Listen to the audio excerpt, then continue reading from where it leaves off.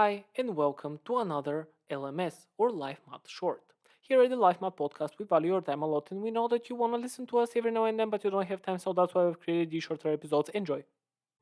Life Math, a podcast undescribably tangled, unnecessarily complex, so bad that it's good.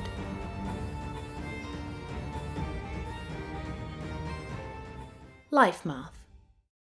No, but it's about again. That's about playing it and not watching it. That's very different. Because gladiator fights, not many people did it compared to how many people watched it.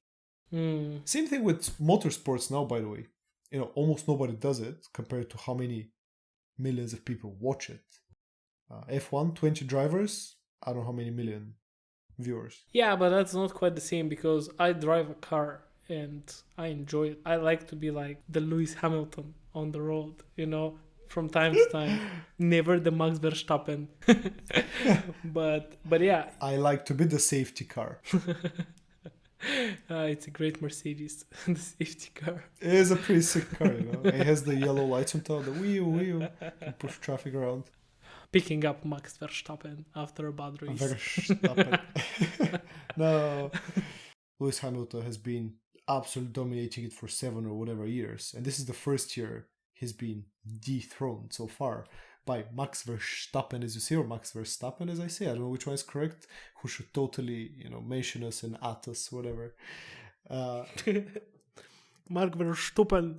Verstappen. Let's just change it one more step every time. Verstolen. Moix Verstolen.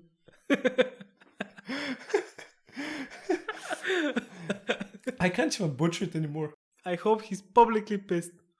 You guys butchered my name. I'm just called Michael Perstrolen. Oh. Michael, come here. Oh, FICO. FICO. Poor old Luis Figo.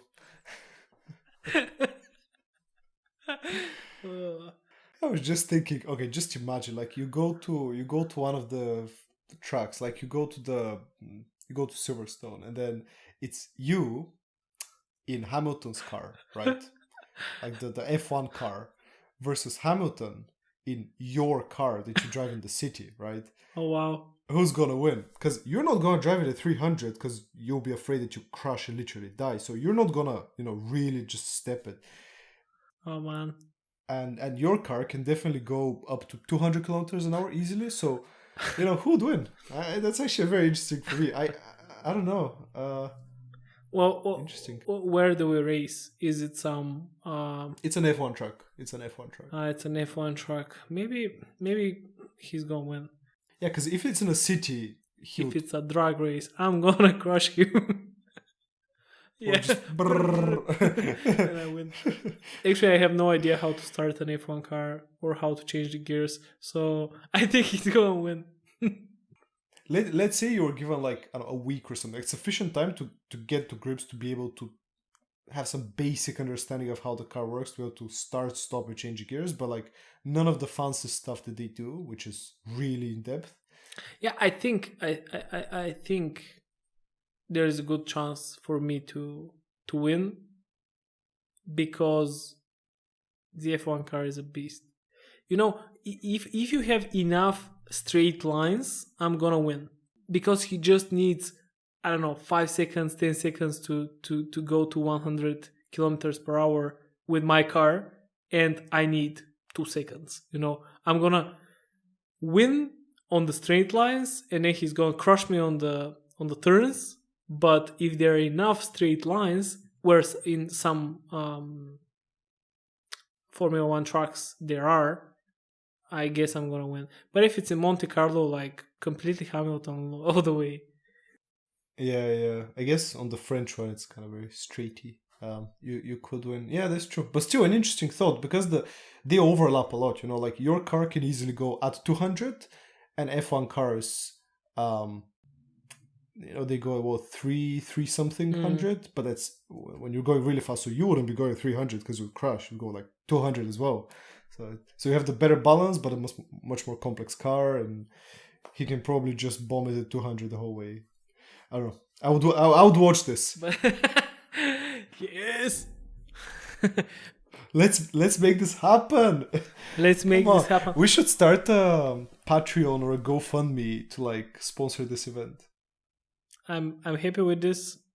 Just don't make me race Mr. Stollen. Oh, we should have a F1 episode as well. Well, sometime. In this framework of acquisition and